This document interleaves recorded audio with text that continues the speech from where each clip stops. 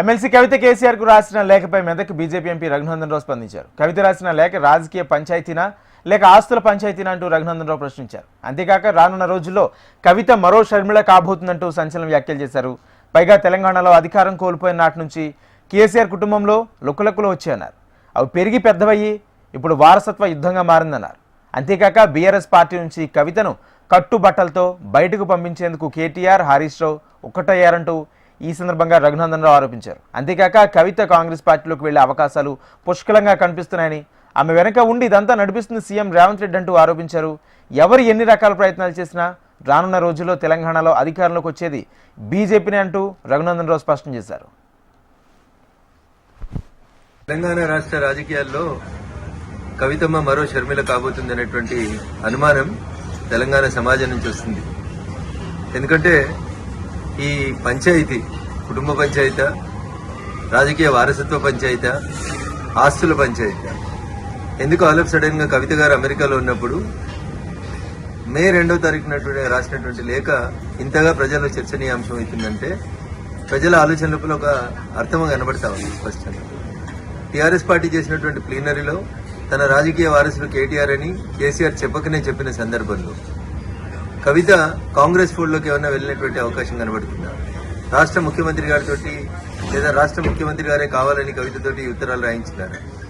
ఎందుకంటే కవిత ఉత్తరం రాసిన 2వ తారీఖు రోజే ఈ ఉత్తరం కాంగ్రెస్ పార్టీకి సంబంధించిన ఒక టీవీ ఛానల్లో ఒక పేపర్ లోపల ప్రముఖంగా కనిపించింది.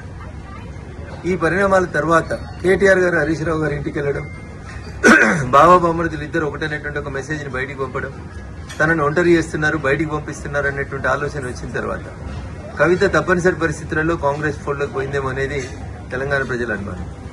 ఇక భారతీయ జనతా పార్టీ గురించి, మా పార్టీ గురించి కవిత మాట్లాడడం ప్రజలలో జరుగుతుందే వాస్తవాన్నే కవిత చెప్పింది. ప్రజలలో భారతీయ జనతా పార్టీ రోజు రోజుకు బలపడుతుంది. వచ్చే ఎన్నికల తర్వాత భారతీయ జనతా పార్టీ రాష్ట్రంలో అధికారంలోకి రాబోతుంది.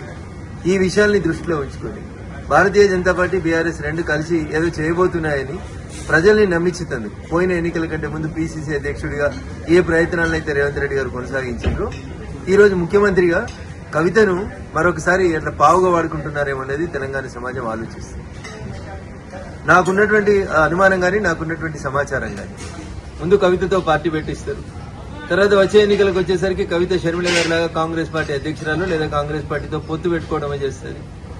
ఇది గతంలో ఈ రాష్ట్ర రాజకీయాల లోపల ఇట్లాంటి ఒక ప్రయోగం చేస్తే బాగుంటుండే అని నేను చెప్పలే. టీఆర్ఎస్ సిద్ధాంతకర్త అని చెప్పుకుంటే ఆయన మొన్న ఒక టీవీ ఛానల్లో చెప్తాడు, 2018 ఎన్నికలప్పుడు కేసీఆర్, హరీష్ రావు తోటి ఒక పార్టీ పెట్టిస్తే మంచిగుంటుండే, ఆ పార్టీని ఎన్నికలు అయిపోయినాక మళ్ళీ మెర్జీ చేసుకుంటే బాగుంటుండే అనేది టీఆర్ఎస్ పునాది నేనే అని చెప్పుకునేటువంటి ఒక సిద్ధాంతకర్త మొన్న ఒక టీవీ ఛానల్లో మాట్లాడుతూ చెప్పింది.